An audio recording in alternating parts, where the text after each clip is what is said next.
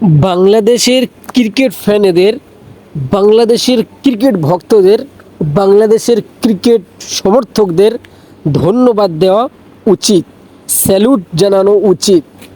কারণ বাংলাদেশ এত বাজে পারফরমেন্স করার পরেও, বাংলাদেশ এত বাজেভাবে হারার পরেও, তাও বাংলাদেশ ক্রিকেট ভক্তরা, বাংলাদেশ ক্রিকেট সমর্থকরা তারা সেই 11 জন প্লেয়ারদেরকে সাপোর্ট করতে স্টেডিয়াম ভরিয়ে দিচ্ছে, যাতে বাংলাদেশ জিতুক, যাতে বাংলাদেশ জিতবে, যাতে আরও বাংলাদেশ শক্তি পায়, সেই আশায় বাংলাদেশ ক্রিকেট ভক্তরা তারা কিন্তু স্টেডিয়াম ভরিয়ে দিচ্ছে একের পর এক ব্যর্থতার পরেও।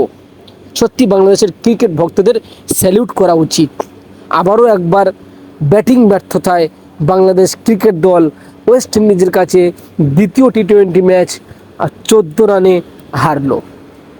বাংলাদেশ আবারও একবার ব্যাটিং ব্যর্থতার জন্য হারলো। বাংলাদেশ কবে বোলিং ব্যর্থতার জন্য হেরেছে এটা আমার মনে নেই। যখনই হারছে তখনই ব্যাটিং ব্যর্থতার জন্য বাংলাদেশ হারছে। আজকে ওয়েস্ট ইন্ডিজ প্রথমে ব্যাটিং করে তারা 149 রান করে, 150 রান টার্গেট দেয়। মোস্তাফিজুর রহমান কি দুর্দান্ত, কি অসাধারণ বোলিং করলো। বাংলাদেশের বোলাররা কি দুর্দান্তভাবে বোলিং করলো, 150-এ তাদেরকে আটকে দিল। যেখানে 11 ওভারে 98 এক উইকেটে ওয়েস্ট ইন্ডিজের, সেখানে লাস্ট 10 ওভারে তারা মাত্র 40-50 রান দিয়েছে। মানে আপনি ভাবুন বোলাররা কতটা কামব্যাক করেছে। 150 রান টার্গেট দিয়েছে ওয়েস্ট ইন্ডিজ, সেই রান করতে নেমে বাংলাদেশের একের পর এক ব্যাটিং ব্যর্থতা, একের পর এক ব্যাটিংরা আউট হয়ে ঘরে ফিরছিলেন। এই হচ্ছে বাংলাদেশের ব্যাটারদের অবস্থা। বাংলাদেশ যদি এরকম খেলতে থাকে তাহলে কিন্তু বাংলাদেশ কোনোদিন আগে বাড়তে পারবে না।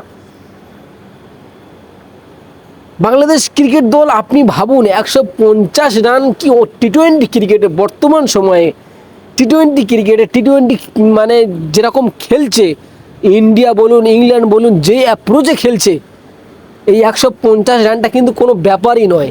তারা তাদের ঘরের মাঠে 150 রান মানে করে জিততে পারলো না বাংলাদেশ ক্রিকেট দল। এটা বাংলাদেশ ভক্তদের জন্য একটা দুর্ভাগ্য।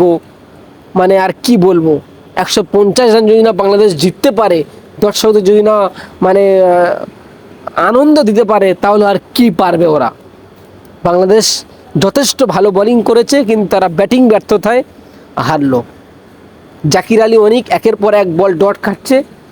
শামীম হোসেন পাটোয়ারি আগের ম্যাচে যেরকম, এই ম্যাচেও সেম টু সেম কাজ করলো। জেসন হল্ডারের বলে ইয়র্কার মেললো, উইকেট ভেঙে গেল শামীম হোসেন পাটোয়ারির। কি বাজে পারফরমেন্স! সত্যি এটা মানে মেনে নিতে পারছে না বাংলাদেশের দর্শকরা। সত্যি এটা মেনে নেওয়ার মতোই নয়। বাংলাদেশ ক্রিকেট দল এরকম খেলবে এটা আমি ভাবতেই পারিনি। ভিডিওটি ভালো লাগলে লাইক, কমেন্ট, শেয়ার করবেন এবং আমার চ্যানেলে নতুন হয়ে থাকলেন চ্যানেলকে সাবস্ক্রাইব করবেন।